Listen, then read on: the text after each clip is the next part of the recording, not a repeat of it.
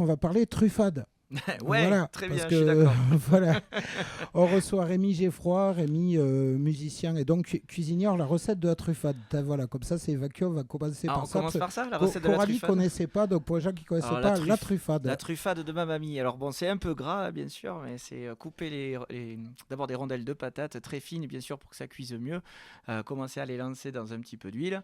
Et puis, découper très finement aussi à côté, donc des morceaux de truffade. Faire pas mal de truffade. Il faudra bien le remplir à la fin. Hacher de l'ail et de l'échalote. Voilà, qu'on va faire revenir en fin de cuisson pour après, en fait, rajouter le fromage. Et puis, vraiment, pour terminer, on met un petit peu de crème quand même pour adoucir tout ça. Ça a Et ça l'air nous. super bon. Ouais.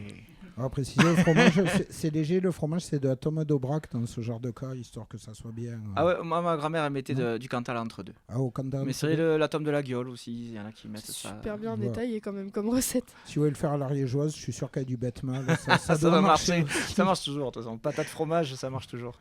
Bon, ben, maintenant qu'on a parlé de choses intéressantes, on va parler de choses nettement moins intéressantes. On va parler musique. Alors, Rémi, tu es venu nous présenter Carrefour des Anges, ça fait combien d'albums déjà? 6e déjà là. 6e. Sans compter les EP qui sont sortis ou alors des participations dans d'autres groupes que tu connais, je crois déjà d'ailleurs. Des groupes de rock. Ben, justement, on va revenir là-dessus. Bon, là, maintenant, tu étais au diable et tout, comme ils disent, à l'accordéon Ouais. diatonique. Mais moi, j'étais connu, bon, je te parle de ça, je vous parle d'un temps que les moins de 20 ans ne peuvent pas connaître, où tu étais bassiste dans un groupe de pop avec ta sœur. Exactement, Et ça comment va. on passe de bassiste à accordéoniste? Je suis toujours bassiste, j'ai été de formation bassiste et accordéoniste en fait pendant toute ma formation, pendant que j'étais au collège, au lycée. Et j'ai même fait musicologie jazz ici à Toulouse en tant que bassiste. Donc voilà, j'ai juste un peu laissé tomber parce que l'accordéon me semblait être une voie qui était plus tracée. En tout cas, tout semblait plus simple, on va dire. J'avais même réfléchi à être bassiste de studio pour comment être intermittent en tant que bassiste. C'était un peu compliqué. Et puis voilà, mais après, bon, ma passion pour le jazz, le rock, tout ça, j'ai quand même toujours un peu continué parce que j'ai passé quand même 7 ans à faire du punk avec les Blues Brothers, mais à l'accordéon. Et c'est vrai que la basse, aujourd'hui, je l'ai un peu mise de côté, ouais. Pourquoi l'accordéon? Ah, pour faire plaisir à papy, mamie, au départ. Je voulais faire d'un instrument. Et puis, bah, dès qu'on arrivait à Cahors, à l'école de musique avec ma sœur, on voulait faire de la musique. Et là, pour une fois, les prix n'étaient pas trop élevés pour mes parents. Donc, ils ont dit, bah, pourquoi pas, on vous met à l'école de musique. Qu'est-ce que vous voulez faire? Du coup, moi, je disais, je sais pas, je vais faire un instrument. Et puis, les parents ont dit, bah, l'accordéon, il y a l'air d'avoir des cours. Sauf que je savais pas à l'époque que c'était des cours d'accordéon diatonique et pas chromatique. Je connaissais pas la différence entre les deux. Je connaissais que le gros accordéon, plein de touches. Et j'ai commencé le diatonique comme ça, avec le répertoire traditionnel quercinois.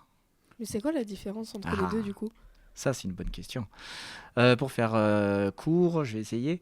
Le chromatique, il a plein de touches. Il a toutes les notes, voilà, de la gamme qu'on connaît avec les dièses, les bémols, tout ça. Plein de notes à la main droite, plein de notes à la main gauche. C'est le piano, c'est celui qu'on appelle le piano du pauvre, du coup. Le diatonique, il est un peu plus limité parce qu'il ressemble plus à l'harmonica. C'est-à-dire qu'en fait, il a un système par rangée où on peut imaginer que chaque rangée, c'est un harmonica. Et du coup, il a aussi ce système comme l'harmonica, où souffler, aspirer. Donc, si on pousse ou si on tire sur la même touche, on va avoir deux notes différentes. Alors que sur le chromatique, on a juste à utiliser l'air, soit en tirant, soit en poussant, mais on fera la même note sur la même touche. Ah, Voilà. d'accord. Donc, ce sont quand même deux instruments différents, en fait. Voilà, ils sont de la même famille. Ouais, le truc qui est chiant avec le diatonique, non, ça sent pas du tout l'expérience. Et tu vois, par exemple, tu montes un groupe, mettons de ska, tu as ton guitariste qui compose tout en fa dièse, et là tu rentres en diato et tu es obligé de tout réécrire parce que le fa dièse au diato, tu fais pas. Tu fais pas. Super, le Y a guitariste, pas. génial. Voilà. Ou t'en achètes un autre. Ah ouais, Voilà. Puis, top. et justement, le chroma, ça t'a jamais tenté de... Non, bah, voilà, après c'est un autre instrument, comme je disais, et quitte à faire un autre instrument, je préfère jouer d'autres instruments. Voilà, je me suis toujours essayé à plusieurs instruments. Je joue aussi du piano, je joue un peu de guitare. Bon, en tant que bassiste, je gratouille un peu forcément, un peu la guitare. Et puis, ouais, il y a plein de choses qui sont faisables. Dans le trad, pas eu d'autres envies, je sais pas, moi, la vie à la roue, la Non, cornemuse... non. J'ai essayé la cornemuse. J'ai même essayé après, même dans d'autres styles. On m'a fait essayer du violoncelle. Ouais, je me suis initié, on va dire, quelquefois. L'avantage d'avoir plein d'amis musiciens. Mais c'est à quel âge du coup que t'as acheté ton premier accordéon à toi? À moi? Ouais. Waouh. Du coup, alors c'est pas moi qui me l'étais payé, si j'avais mis quelques sous qui avaient été dans un compte à part, mais c'est les parents qui me l'ont offert quand j'avais 13 ans. Le Waouh. premier diato, je le louais, je me souviens, pendant les 3 premières années d'apprentissage. Et à 13 ans, j'ai eu mon premier diato qu'on avait acheté d'ailleurs ici à Toulouse chez Marc Serafini. C'était une occasion. Et puis après, j'ai acheté moi-même mon propre accordéon. Je l'ai commandé en Italie et là, c'était bien plus tard. Trop bien. Ouais, absolument. On va préciser pour les parents qui nous écoutent et dont les enfants voudraient se mettre au diato, faut un budget. Comme tous les bons diatonique, instruments, ça voilà. coûte. Voilà. On peut trouver des instruments, les premiers prix à 400, 500 euros, mais ce sont vraiment des bas de gamme. Voilà. Et après, tout comme bon instrument, parce que même quand on part dans les guitares, on parlait de guitare là tout à l'heure, on va vite dans les 2000 ou 3000 euros dès que c'est très bon. Et l'accordéon diatonique, en plus, aujourd'hui, ça a encore augmenté. Ouais. On est plutôt dans l'ordre des 4000 ou 5000 euros pour un bon instrument. Ouais. Waouh. Neuf. Voilà. Mais je préconise d'acheter d'occasion. Faut aimer en faire, quoi. Oui, Faut bah oui, prévoir oui. l'argent. Faut le rentabiliser. Ouais, de c'est fou. aussi 2 rangées ou 3 rangées. Non, 3 rangs, ouais. Donc Trois rangs. c'est presque un chromatique quand même, finalement. Ouais, sans préciser, il y a au niveau, non, c'est pas au niveau de, si c'est au niveau des basses, non, c'est au niveau des aigus que tu Il y a plusieurs choses parce qu'il y a des accordéons qui ont plus de basses que d'autres. En fait, la base de l'accordéon diatonique, c'est 2 rangs à la main droite pour la mélodie et 8 basses à la main gauche. Et sur les 8 basses, du coup, on n'a que Do, Ré, Mi, Fa, Sol, La. On n'a pas le Si. Et donc pas de dièse, pas de bémol. Et après, il y a des directions, pousser, tirer, tout ça, machin. Et sur les 2 rangées qu'on a, en fait, on a l'équivalent d'un harmonica en Sol et un harmonica en Do. Donc on a toutes les touches blanches du piano avec la gamme de Do et l'autre gamme qui est dans la gamme de Sol où on a un dièse dedans. Donc en fait, de base, un diato 2 rangs, 8 basses, en tout cas français qui est accordé en général Sol-Do, se retrouve avec toutes les touches blanches et une touche noire. Voilà. C'est pour ça que moi j'ai 3 rangs et 12 basses, donc j'ai un peu plus de choses, plus de possibilités avec quelques altérations, donc quelques touches noires de plus pour que les gens puissent visualiser un peu. Moi, ce que je propose pour que les gens ils visualisent un peu, c'est peut-être qu'ils écoutent. Ouais. Tu es venu avec l'accordéon, tu peux peut-être nous jouer déjà un petit truc. Alors, peut-être pour en faire le second plus tard, mais déjà, histoire que les gens aillent mettre dans l'ambiance. Ouais. Cette ambiance, Allez, c'est je vais vous bien. faire une petite mazurka de mon cru. Ouais. Et qui est du coup sur l'album Carrefour des Anges, justement. C'est une mazurka qui s'appelle Les 3 passages. Voilà. Allez, Donc, mazurka, 3 passages, ou si je me souviens bien, il y a même une vidéo YouTube sur les Oui, 3 on a tourné un passages. clip sur le pont Valentré de Cahors. Voilà, vu que j'ai passé pas mal de temps là-bas à Cahors et que je trouvais que pour les 3 passages, c'était pas mal parce que en fait dans l'album il y a toujours en fait le côté développement personnel, le côté philosophique que j'aime bien mettre. Et là dans cet album c'est plein d'aspects alchimiques qu'il y a dedans. Et donc les 3 passages c'est aussi un petit clin d'œil sur des épreuves de la vie. Voilà, en alchimie, on dit qu'il y a trois grands passages donc du coup à traverser. Et le symbole du pont avec ses 3 tours, donc c'est un pont médiéval qui dispose de 3 tours, marchait bien parce que le pont, pour dire traverser la vie justement, c'était le chemin. Et puis avec ces 3 tours, voilà, j'invite les gens à le découvrir et comme ça à découvrir l'équipe avec qui je joue parce que sur cet album je joue pas tout seul. Et il y a plein de musiciennes et de musiciens extra avec moi, donc une batterie, un quatuor à cordes et une guitare. Voilà, donc là je vous fais une version solo raccourcie de ce morceau. Et après justement on reviendra sur l'album avant donc petit aperçu avec les 3 passages. Yes. Je vais essayer de pas me tromper.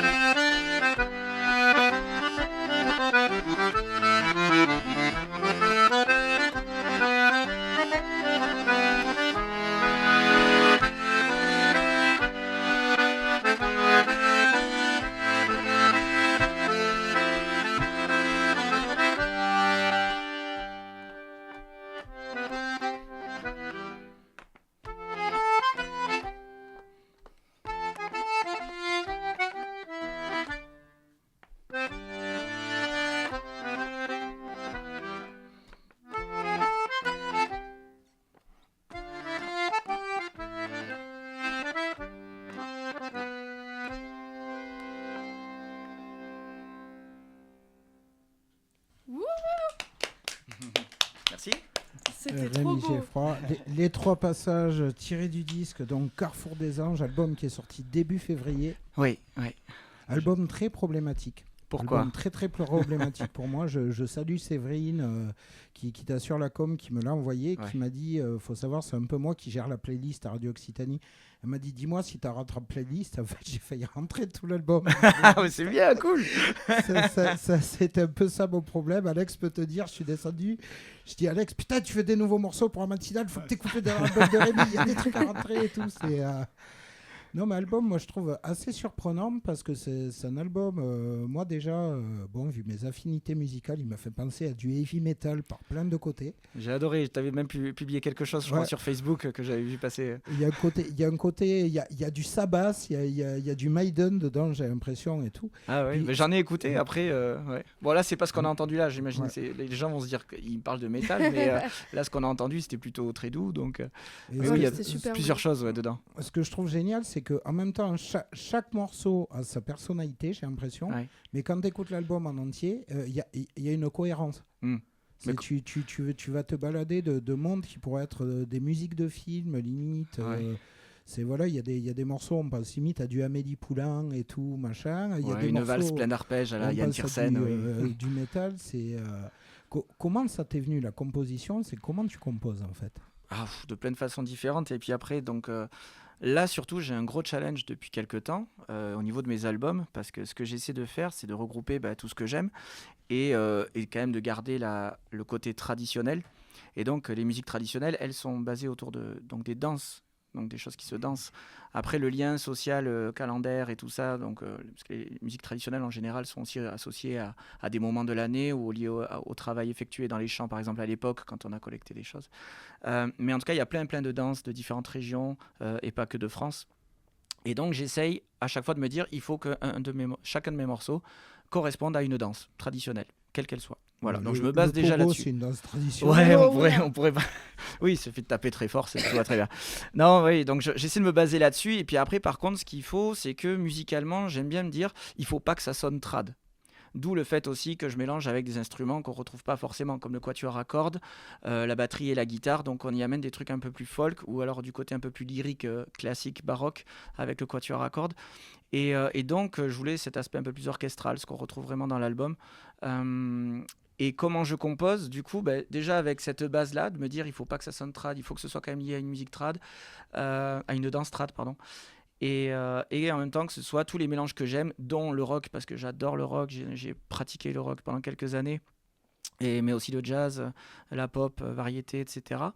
Donc tout ce qui me plaît, voilà, je suis fan de Radiohead par exemple ou de Björk, j'ai écouté beaucoup de métal, tous les groupes que tu mentionnais tout à l'heure.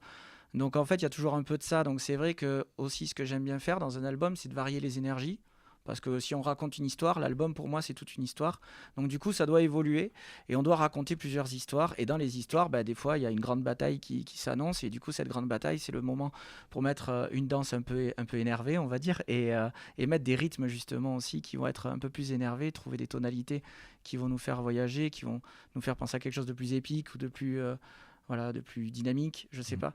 Et donc tout ça, toutes ces influences m'aident en général dans les choix d'arrangement. Non, mais après, il y a un truc qui est marrant, justement, sur le côté trad, c'est que pour prendre, bon, moi, la musique trad que je connais la mieux, à savoir la musique trad d'expression occitane, Ouais. t'es un des rares qui arrive à sonner. Alors, c'est pas pour taper sur les collègues, j'embrasse les autres collègues, Cyril Brotteau et compagnie. Moi-même, je me fais taper dessus, il n'y a pas de problème. Ninote et tout. Mais t'es un des rares à avoir un son qu'on ne retrouve en Occitanie que dans les vallées occitanes d'Italie. Ce son, justement, où on n'est pas sur ce que, justement, le copain Sergio Berardo appellerait la valse bandomole, quoi. C'est où on est vraiment, on sent une énergie, on sent que, on a l'impression que derrière, on pourrait te coller, justement, un bassiste, un gros gratteux électrique qui shred, ça arriverait à rentrer dans la musique, quoi. C'est assez impressionnant. Moi, c'est peut-être le lien déjà parce que je joue sur un accordéon qui est italien, donc peut-être que ça doit jouer là-dessus. Et le lien avec Ludolfi, donc Sergio Berardo dont tu parlais, c'est vrai que côté des vallées occitanes d'Italie, Sergio a fait énormément d'ailleurs pour la musique là-bas. Et tous les groupes d'ailleurs qui se composent maintenant là-bas, qui se créent autour des musiques traditionnelles, ont beaucoup cette influence de Sergio Berardo, et c'est vrai qu'on voit toujours des instruments traditionnels mais accompagnés par une batterie, une basse, et c'est vrai qu'il y a un côté assez rock dans ces esprits-là et j'aime beaucoup. Bon, après, là-bas, je précise pour les gens qui sont jamais allés dans les vallées, il faut y aller. C'est des espèces de gros malades. C'est le seul endroit où j'ai eu vu, alors de 7 à 77 ans, ils t'attaquent le balletti à 5 heures de l'après-midi. À 5 heures du mat, ils sont tous encore en train de danser. Quoi. Et c'est un truc assez génial, justement, sur ce mélange. Moi, j'ai souvenir de concerts de Lou Dalfi et de Lou Seriol où tu as les mecs qui dansent trad et tu as un pogo au milieu. Quoi. Oui, c'est un truc, c'est assez génial. Mais je l'ai vécu parce qu'à l'époque, un de mes premiers groupes de bal, s'appelait Chaîne de Cahors, c'est-à-dire une somme de Cahors, parce que c'était un groupe de Cahors avec Guillaume Rossi et Olivier Cocatrix.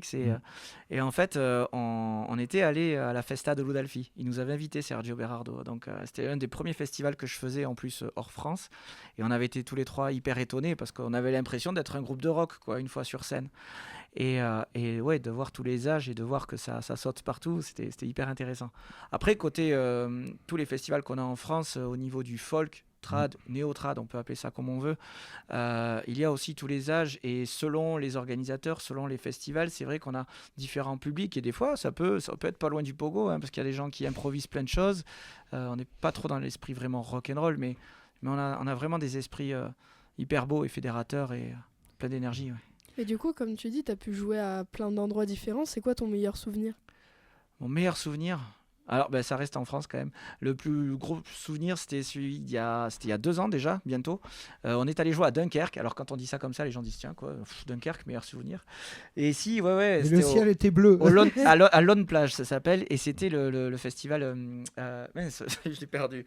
Lone Plage, c'était. Tu vas y arriver. Oh là là, alors que j'adore ce truc. J'ai perdu le nom. En tout cas, bref, pardon, ça va peut-être me revenir après. Je me souviens du nom de la ville et même pas du festival. Alors bravo Rémi. Mais on faisait la première partie d'Axel Bauer ce soir-là. Et il y avait 6000 personnes devant nous, énorme scène. Wow. C'était un truc hyper familial, gratuit, tu vois, donc super, un truc subventionné, mais au moins qui permet à tout le monde de venir profiter d'un beau week-end de musique. Et je préfère le dire parce que là, la culture a beaucoup perdu là, ces derniers temps avec tout ce qui s'est passé et continue de perdre. Du coup, il y a moins de subventions, moins de possibilités de faire tout ça. Oui, pour le folklore, j'ai vu, c'était pas mal. Et du coup, voilà, de se retrouver sur une énorme scène de festival avec 6000 personnes devant, faire la première partie d'Axel Bauer. D'ailleurs, il a eu moins de monde que nous, je crois, après derrière. Mais non, mais c'était une belle expérience. Oh. Justement, cette étiquette trad, parce qu'on a tendance à dire, il y a des milieux, genre justement, citer le métal, où il y a un public qui va te dire non, mais ça c'est du métal, ça c'est pas du métal.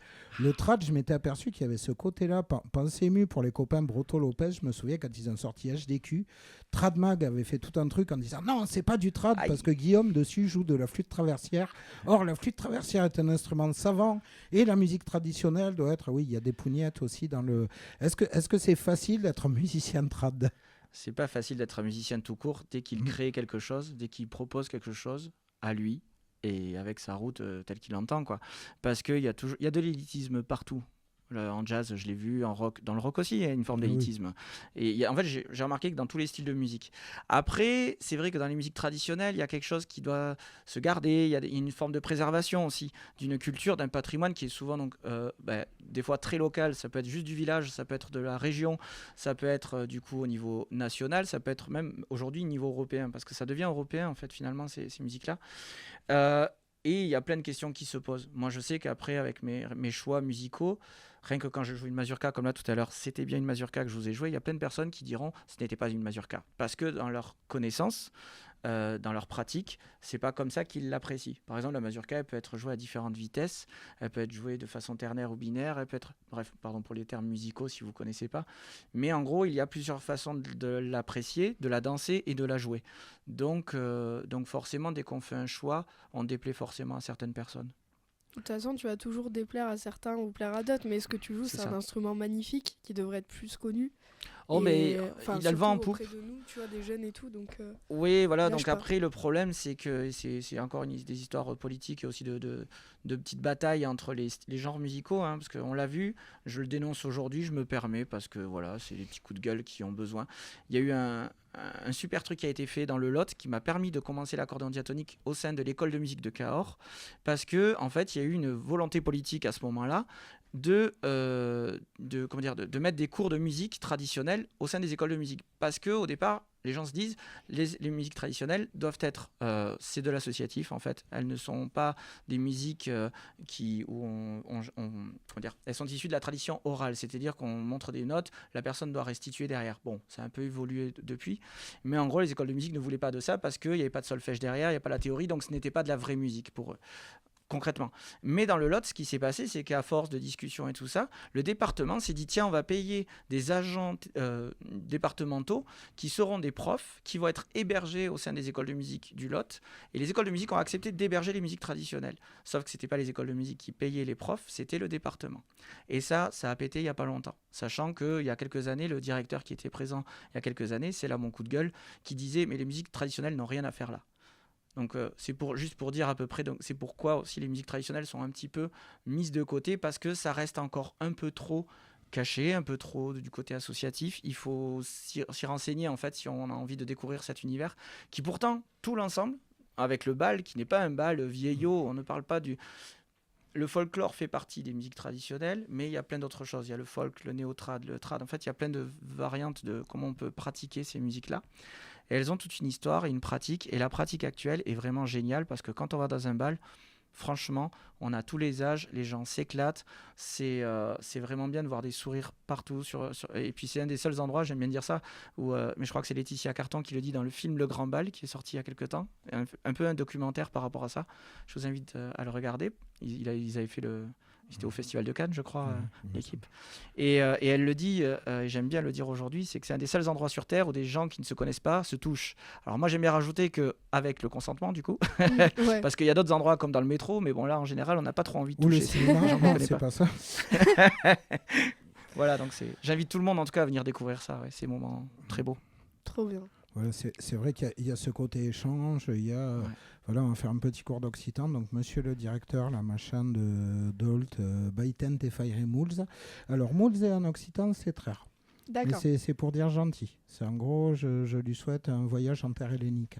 Pour dire ça de manière un peu moins classe. En terre hellénique. Et puis surtout, il y a un truc qui est fou, c'est que tu disais ça dépend d'une volonté politique. Ouais. Ça dépend aussi d'une volonté associative, parce qu'on ne va pas se mentir. Le fait d'avoir aussi quelqu'un comme Xavier Vidal qui s'agaffe. C'est lui qui a permis de monter ça dans le Lot à l'époque où moi j'ai commencé la musique. Et je me souviens, j'avais 10 piges. Et pendant les 3 premières années, on se réunissait tous les ans autour par exemple, du répertoire de Noël. On travaillait les répertoires de Noël pour aller jouer justement en fin d'année avec tous les élèves et notamment les jeunes. Ils réunissaient tous les plus jeunes des écoles de musique de Figeac, de Cahors, de Gourdon, de Saint-Céré. Et on était une quarantaine de gamins à jouer de l'accordéon, du violon, du fifre, des tambours. Aujourd'hui, il n'y a plus ça. Aujourd'hui, même les cours d'accordéon, il n'y a plus de prof d'accordéon, il y a encore un prof de violon, mais il n'y a plus de fifre, plus de cornemuse. C'est quoi un fifre ? Alors un fifre, c'est le genre de flûture de Hamelin, là, si tu vois un peu. Ah, c'est une flûte traversière. C'est une petite flûte traversière en ébène, voilà, mais qui est assez courte en fait, et donc un peu plus dur pour souffler dedans qu'une flûte traversière. Ok. J'en ai à la maison, donc c'est vrai que c'est beaucoup plus difficile qu'une flûte traversière, parce que je trouve que c'est... Enfin, en tout cas, quand je souffle dans une flûte traversière avec la technique, ça sort tout seul, que le fifre... la technique est plus difficile. Et le fifre, c'est un instrument beaucoup utilisé dans l'armée suisse. Le fifre et tambour, c'est vraiment l'ensemble musical de l'armée suisse. Okay. C'est hyper impressionnant. Si un jour tu as envie de découvrir ça, il y a des vidéos où les tambours, là, ils font des pirouettes avec leurs tambours et avec les fifres. C'est intéressant. J'avais écouté, ouais, ça marche. Ah oui, non, mais on dirait pas comme ça, mais la musique trad est un truc. Et puis voilà, et puis comme on disait, le trad, voilà, je citerai une fois de plus un monsieur qu'on va appeler Sergio B, pour préserver son anonymat, qui dirait, de toute façon, la musique trad, faut la préserver, mais pour le meilleur moyen de la préserver, c'est continuer à la jouer, la réinventer, sinon elle se nécrose. Exactement. Moi, j'aime bien utiliser souvent une phrase de Jean Jaurès. Alors, c'est pas vraiment exactement comme il l'a dit, mais moi, je le dis du coup à ma manière. Mais en gros, la musique, les traditions, c'est pas forcément sur la musique, mais la tradition se fait dans les flammes et pas dans les cendres. Donc moi je dis c'est hyper important. Donc il faut préserver les choses, mais si on tient à préserver les choses et ne pas les faire, les empêcher de bouger, la vie c'est que du mouvement. Donc si on empêche les choses de bouger, elles meurent. Donc ce qui est important, c'est de à un moment donné remettre une bûche dans le brasier pour que ça se ravive un petit peu, quoi. Et moi j'avoue, je pense être une bûche, mais le problème c'est que quand je mets ma bûche, ça fait des petites étincelles à droite à gauche et ça déplaît à certaines personnes. Mais ça, c'est toujours pareil. Ça rejoint ce qu'on disait tout à l'heure sur le choix. Mais t'es une bûche qui va voguer sur l'océan et qui va avancer dans la vie. Ah, c'est joli ça. Ouais. Bon, après, elle va pas brûler du coup si elle est dans l'océan. C'est mais- pas grave. Ouais, et puis pour citer Edgar Faure, qui je suis sûr n'a absolument jamais dit ça, si ça vous dérange les bûches qui font des étincelles, ben faites comme vous faites d'habitude les abrutis, mettez un cathare dans le feu. Voilà, ça c'est fait. Bon, pour revenir à cet album Carrefour des Anges, on Ouais. l'a dit, tu n'es pas seul dedans, tu es Non. entouré. Donc on va peut-être parler des autres aussi. Ouais, carrément. Alors du coup, ouais, j'ai une belle équipe qui me suit depuis maintenant 3-4 ans, parce qu'ils étaient déjà présents pour l'album Odysseus, qui était juste avant celui-là. Et donc j'ai un quatuor à cordes avec Estelle Bezingrand donc, au violoncelle, Alix Aber à l'alto, Mélanie Brelot au violon, et aussi Julien Casanova, notre premier violon. Et Julien Laméras à la batterie et Antoine Petit à la guitare. Et ils ont chacune vraiment un style particulier. C'est ça qui me plaît. C'est-à-dire qu'ils jouent un instrument qui peut évoquer des styles particuliers, mais ils ont aussi eux-mêmes une façon de jouer un peu spécifique. Rien que dans le quatuor à cordes, on a donc Estelle et Alix qui sont issus de la musique classique, et enfin plus dans le baroque aujourd'hui, dans leur pratique. Et Mélanie Brelot, elle, qui vient vraiment du trad, c'est la tradeuse du groupe. Elle est partie en Scandinavie, bosser les répertoires traditionnels scandinaves. Elle parle maintenant la langue et elle a ramené des instruments typiques du coin. Et Julien Casanova, lui, par contre, il vient du bluegrass, du jazz manouche. C'est un fan de Grappelli et donc c'est l'improvisateur de l'ensemble. Donc je lui ai donné des espaces comme ça sur le CD, on peut l'entendre à plusieurs reprises. Voilà, la batterie, en fait, Julien est plus percussionniste que batteur d'ailleurs, et on l'entend parce qu'on voit vraiment la différence dans ceux qui sont à la batterie en général, qui sont plus percus que batterie. Et lui, il est fan de tout ce qui est percussion brésilienne et africaine. Et à la guitare, notre ami Antoine Petit, lui, vraiment vient du côté irlandais, et donc il a un jeu vraiment spécifique, voilà, qui rejoint beaucoup ces airs irlandais. D'ailleurs, j'ai voulu composer beaucoup dans le style un peu irlandais. Il y a quelques morceaux, dont The Irishman. On ne peut pas faire plus irlandais comme titre dans l'album. C'était aussi un peu un hommage à l'équipe des Blues Brothers avec qui j'ai travaillé, vu que le chanteur Bertie Yates est irlandais d'origine. Wow. Justement, mais il y a un truc qui m'impressionne dans cet album, donc c'est que d'habitude, en plus l'album il sort sous ton nom à toi, d'habitude les instrumentistes solos, ils ont tendance à se mettre en avant et à mettre, normalement ça devrait être le diato en avant et le reste un peu... Alors que là, il y a des moments où justement les morceaux attaquent, il y a d'autres instruments qui arrivent et tu mets vraiment ton instrument au service. On sent que c'est au service de la musique, puisque vous avez vu... C'est moi, Rémi Geffroy, avec mes énormes chevilles et mon gros accordéon diatonique. Tu l'as vu, mon gros diato, c'est voilà quoi. Non, c'est pas le but. Déjà, c'est dans un esprit déjà de partage. J'ai pas besoin de mettre plus en avant. Je le suis déjà assez. Rien qu'en étant là présent, c'est moi qui parle au micro. Ok, je compose tout. Ok, j'écris tout pour tous les musiciens. Ça, c'est un deal qu'on a entre nous parce que j'aime bien moi définir vraiment des limites comme ça parce que avec ce que j'ai vécu dans différents groupes. Il vaut mieux bien définir les choses. Soit on est un groupe, on est tous à égalité, on compose à égalité et on paye à égalité. Soit il y en a un qui gère le truc, mais il gère tout. Et les autres, du coup, attendent juste qu'on leur donne du boulot.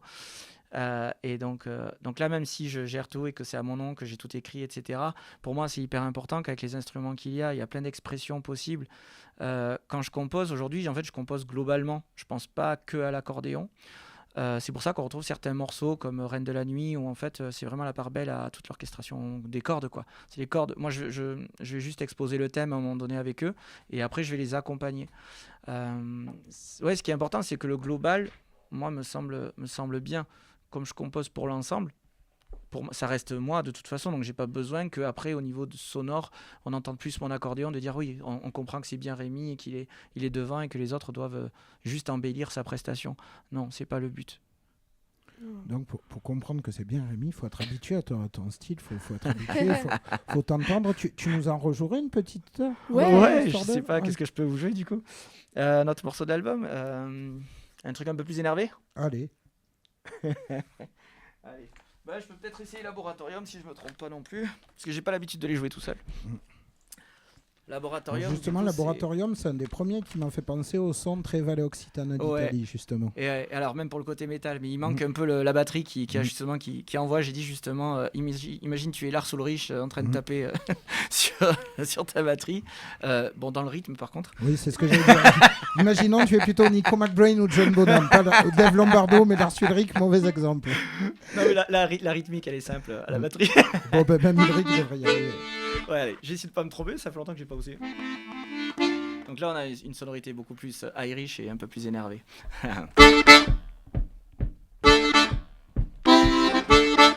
Allez, on y va. 1, 2, 3, 4.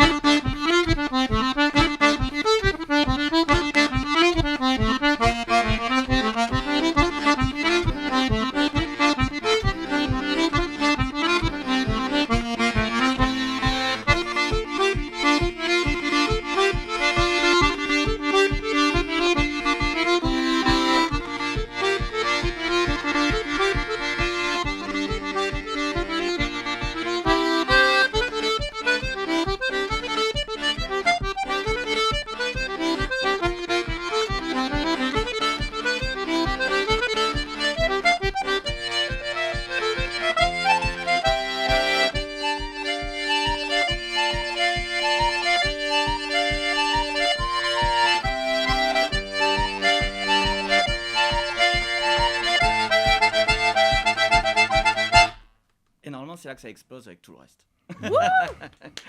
Ben, si vous voulez la suite, il faut écouter Carrefour des Anges. Voilà, et puis même, on peut même aller te voir en concert. Il y a plein de dates, ça tourne de folie. Ouais, alors surtout en solo, parce que bien sûr, avec la conjoncture actuelle, c'est compliqué de vendre le projet entier. Donc je joue beaucoup en solo, beaucoup de balles.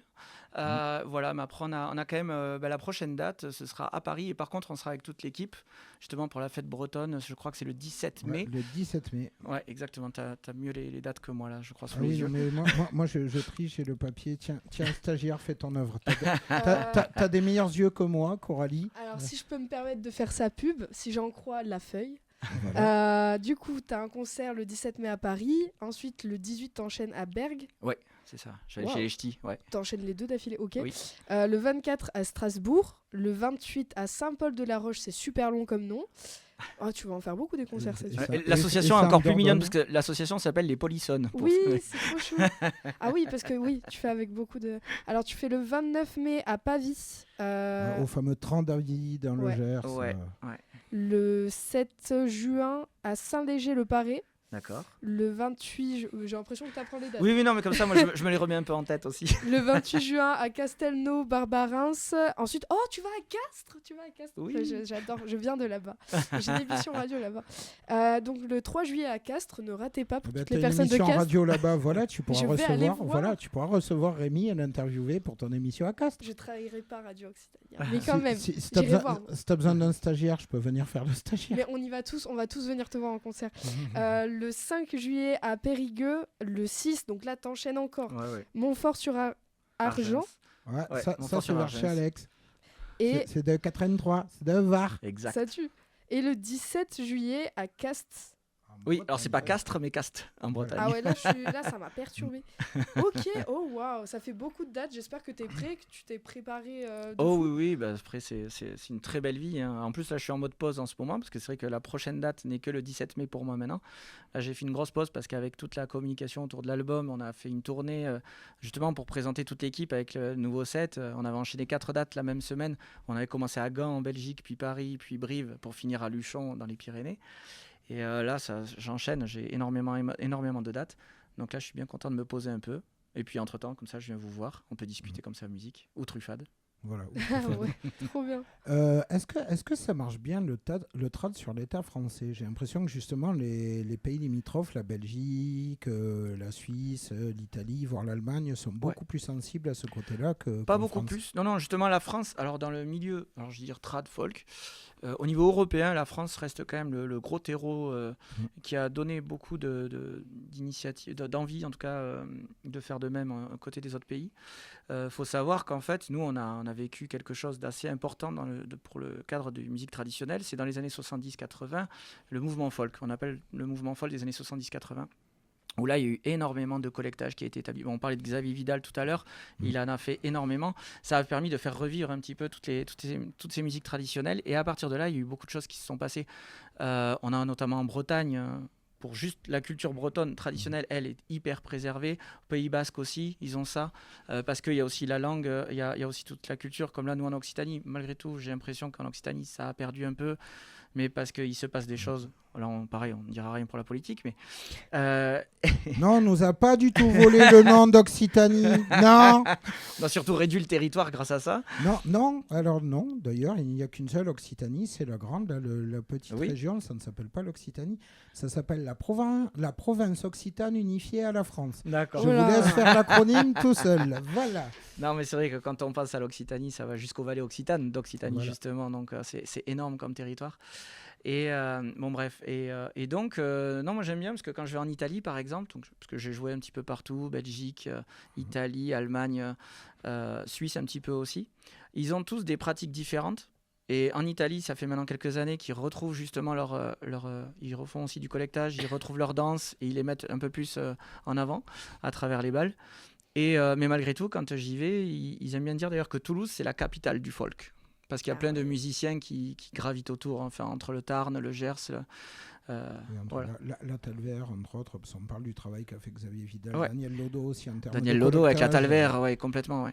a fait un super boulot. Il y a Voilà. plein de monde qui a fait un très bon travail. Et donc, c'est vrai que là, aujourd'hui, voilà, ça s'est bien exporté. Quand on va en Belgique, par exemple, moi, j'adore le son belge du trad parce qu'en fait, Moi, c'est je pas. préfère la bière. belge. Mais les deux vont ensemble. Non, mais par exemple, il y a vraiment un son belge, par exemple, où j'aime bien dire que le son belge est beaucoup plus pop. Il y a beaucoup plus de guitare. Alors là, du coup, il y a des gens, des tradeux de France, certains qui diraient mais non, mais c'est pas trad, du coup, ça, faut le virer. Non, il y a aussi, ils font des choses pour la danse, mais justement avec un son très pop. Et on voit que ça fonctionne, ça marche très très bien. Voilà, après, côté Allemagne, c'est différent, côté Italie, c'est différent. Et on voit que justement, il y a plein de cultures différentes. Mais malgré tout, là, on est un peu sous une même bannière du bal folk, en général, on appelle ça aujourd'hui un peu comme ça. Et en fait, les Italiens connaissent les mêmes danses que ce qu'on fait en France, et pareil pour les Allemands ou les Belges. Voilà, et n'hésitez pas, même si vous y connaissez rien, Baletti, là, c'est moi Ouais. qui vais le dire, parce que moi je suis plus un bramaire qu'un dansaire d'habitude. Allez-y et essayez-vous, et méfiez-vous des dancing nazis. Oui. Vous allez en voir débarquer, il y en a plein qui vont dire non, c'est pas comme ça. Attends, bouge pas, pour un circassien, voilà, tu mets la main comme ça et tout. Général, si vous dites ça, au bout d'un moment, vous avez le droit de leur mettre votre main dans la gueule. Non, Voilà, vous non, savez. je suis contre la violence, Cédric. Ouais, c'est vrai. Moi, c'est- j'avais c'est- une question aussi Ouais. par rapport à tes projets après Ouais. les concerts, après l'album que tu viens de sortir. Où est-ce que tu comptes aller du coup? Tu comptes faire quoi après? Ah, mais je continue, je suis intermittent du spectacle depuis 12 ans, donc Ouais. là, les concerts, il y en a qui sont prévus jusqu'en 2027 maintenant. J'ai l'année 2026 qui est même presque pas entièrement bookée, mais où j'ai énormément déjà de dates en 2026. Là, on n'a présenté que les prochaines. Ouais. Et donc, toujours pareil, beaucoup de solos. J'ai de la chance d'être beaucoup demandé pour le solo. Et ensuite, j'espère juste avoir encore plus d'opportunités pour jouer avec toute mon équipe. Et en dehors du cadre du trad, le fait de faire cette musique-là, du coup un peu plus métissée, un peu plus ouverte, en tout cas j'essaie d'ouvrir des portes, c'est ce que j'essaie de faire à chaque fois. D'atteindre un autre public aussi, un peu plus de concerts. C'est pour ça d'ailleurs que quand on joue avec le septet, j'aime bien écrire à chaque fois, c'est un concert bal. Et donc de dire, ceux qui dansent, vous pouvez venir, vous pouvez danser, il n'y a aucun problème. Par contre aussi, ceux qui veulent juste écouter, découvrir, même boire un coup dans la buvette et au loin, Et manger voilà. de la truffade? voilà, et manger de la truffade ou un aligot en écoutant la musique, il n'y a aucun problème. Mais ça perturbe, parce que les gens qui sont habitués au bal, justement, ils disent « Ah, mais il y a écrit concert, bal, du coup, c'est quel pourcentage de concert, quel pourcentage de bal ?» Je dis « Non, c'est la même chose, venez, vous danserez. » Tous les morceaux sont associés à une danse, mais faut pas non plus fermer la porte à ceux qui voudraient juste découvrir une belle soirée et sans forcément danser. Et par contre, j'invite, comme tu disais Cédric, faut pas hésiter à se lancer parce qu'il y a plein de danses qui sont très faciles à apprendre. En 2 tours, on a compris un peu le truc. Et sachant qu'en plus les danses, elles reviennent en général dans la soirée. Un cercle circassien, il n'y en a pas qu'un. On risque d'en avoir 2 ou 3. Des Scottish aussi, les valses, on connaît. Et il y a plein de gens quand même, malgré donc certains qui sont purs et durs, qui disent c'est comme ça et pas autrement, et du coup si on fait mal le pas, il faut sortir de la danse. Bon, ceux-là, faut arrêter de leur parler, c'est pas grave. Il y aura d'autres personnes, il y aura d'autres personnes super sympas qui seront ravis de montrer les pas, voilà, et avec qui vous pourrez passer un très bon moment. Ouais, surtout qu'en plus le cercle circassien, on va dire, c'est un énorme avantage, le cercle circassien, c'est que si vous repérez quelqu'un qui vous plaît, quels que soient vos goûts, filles, garçons, on s'en fout, c'est ouvert à tout le monde, vous pouvez invitez quelqu'un qui vous plaît pas du tout à côté pour danser, parce que vu qu'on change à chaque fois, en Oui, fait, on change tout le vous temps de finissez par- partenaire à voilà, chaque tour. vous finissez par danser. Voire même quand on connaît les musiciens, le grand truc, c'est pendant le cercle circassien, tu regardes l'accordéoniste quand tu le connais, quand tu avais la personne qui te plaît, il enchaîne sur une valse. Non, ça sent pas du tout le vécu. La mazurka, c'est encore mieux pour. Non, pour je n'ai pas joué à ça pendant des années. Le Hellfest, peut-être un jour, on ne sait jamais, comme en plus ils sont en train d'ouvrir un peu moins au métal, un peu plus au rock général. Rémi Geffroy au Hellfest, ça te le ferait? J'y ai joué. Ah, tu y as joué? Oh. J'y ai joué avec les Blues Brothers, ouais. Alors on n'était pas bien sûr sur le mainstream, mais le main stage, pardon. Mais on y a joué, ouais. Et c'était quand déjà 2018, je crois, je sais plus. Voilà, donc on était bien pendant 3 jours avec entrée au backstage et ouais, c'était cool. Fantasme, avec quel musicien, de quel musicien t'aimerais bien assurer la première partie? Ou si demain on te dit, hop, tu montes un album, tu peux avoir le guest que tu veux, qui tu prendrais? Alors, juste de jouer sur scène ou d'avoir Sur un scène projet, ou sinon sur un projet, ouais, de ou monter. vas-y, lâche-toi, on se fait plaisir. S'il faut, il nous écoute, il dira oui. Ah là. Ou elle nous écoute. Voilà. Alors vraiment, le gros rêve, alors, le truc impossible, ce serait Tom York, alors. Ouais, Tom York de Radiohead, essayer de monter un truc hyper mélancolique, bien justement déprimant et Bon, Tom, très je beau, un rappelle peu Rémi, rock là, avec on de sait l'accordéon que tu nous derrière, ouais, ça pourrait être bien. Kurt Cobain, non, il est mort. Non, mais Peut-être. sinon, c'est vrai qu'il y a plein d'artistes comme ça où j'aimerais beaucoup travailler avec des chanteurs ou des chanteuses. Et notamment, par exemple, il y a Pomme que j'adore, en fait. Et avec, pareil, son côté un peu écorché. Moi, j'aime bien les musiques aussi. Bon, le côté dynamique, comme je l'ai fait tout à l'heure avec Laboratorium, bon, c'est bien. Mais j'aime beaucoup l'aspect plus mélancolique avec les petites notes, justement, qu'on fait apparaître. Ce qui est très rare, finalement, dans l'accordéon en général. C'est on y va avec l'accordéon, c'est on pousse, on tire, on envoie la note. Moi, je suis plutôt sur une technique qui est d'essayer de mettre de la sensibilité le plus possible dans les notes. Et donc, travailler comme ça avec des chanteuses ou des chanteurs comme Pomme, ce serait vraiment super. Voilà. Ou même des Mathieu Chédid encore, ou des choses comme ça. Mais ça, on peut toujours rêver. Bah, écoute, il n'y a pas de raison que ça ne marche pas. De toute façon, si les gens ils veulent en savoir plus, ben, tu as un site internet, Ouais. tu es trouvable sur les réseaux sociaux, il y Oui. a toutes les dates. Toutes les plateformes de streaming, etc. Ouais, il y a tout. Voilà, Carrefour des Anges, on vous incite à aller l'écouter, on incite les gens à venir te voir en concert. Et vous avez quelques morceaux de toute façon dans la radio. Voilà, oui, il y en a quelques-uns qui tournent en playlist. D'ailleurs, tu nous disais mélancolique, tu nous en fais un petit dernier mélancolique avant de partir, Ouais. comme ça on conclut en musique et tout. Ouais, une petite valse alors. Allez, petite valse. Ouais, Trop c'est bien. c'est une valse que j'ai composée pour ma mamie en plus. Donc je vais essayer de pas me tromper là aussi parce que j'aime bien dire ça à chaque fois parce que ça me fait toujours peur parce que comme ce sont des nouveaux morceaux que j'ai l'habitude de jouer avec tous les autres, là j'en fais une version un peu plus on va dire improvisée en solo. Voilà, le reste du groupe, vous allez nous être dégoûté, puis il est en train de découvrir qu'il n'a plus besoin de vous. Suite à ce passage, il va être là. Non, Bon, non, ben, mais vous ça êtes va. tous virés, on Ça va faire va. des économies. Non, et c'est surtout que celui-là c'est un morceau que j'ai composé donc pour ma grand-mère et qui du coup qui est partie il y a 1 an et demi et du coup je pense toujours très fort à elle quand je joue ce morceau. Et ce morceau s'appelle Rosa Alba. Il y a un clip oui. d'ailleurs autour Il y de a un sa vie clip. qui est sur YouTube. Voilà, on a fait un petit hommage en vidéo. Ok, ça va.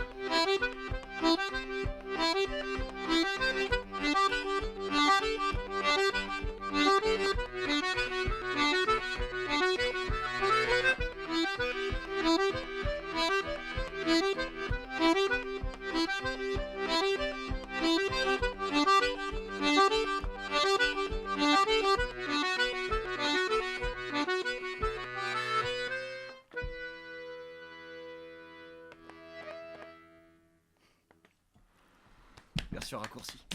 C'était super beau. Merci. Rosa Alba, donc morceau hommage à ta grand-mère qu'on peut retrouver sur Carrefour des Anges. Ouais. Rémi, merci beaucoup. Merci beaucoup pour l'invitation et ce moment. Tu reviens quand tu veux. Coralie, merci. Merci à toi. Un énorme merci à Michael qui est derrière les manettes et Alex qui court partout, qui s'énerve sur les appareils photo, qui se dit ça va pas marcher, c'est nul, je vais tout arrêter, je repars en Provence et qui au final nous fait encore un boulot au top, quoi qu'en disent les mauvaises langues. Et puis c'est tourné un trapal, léo.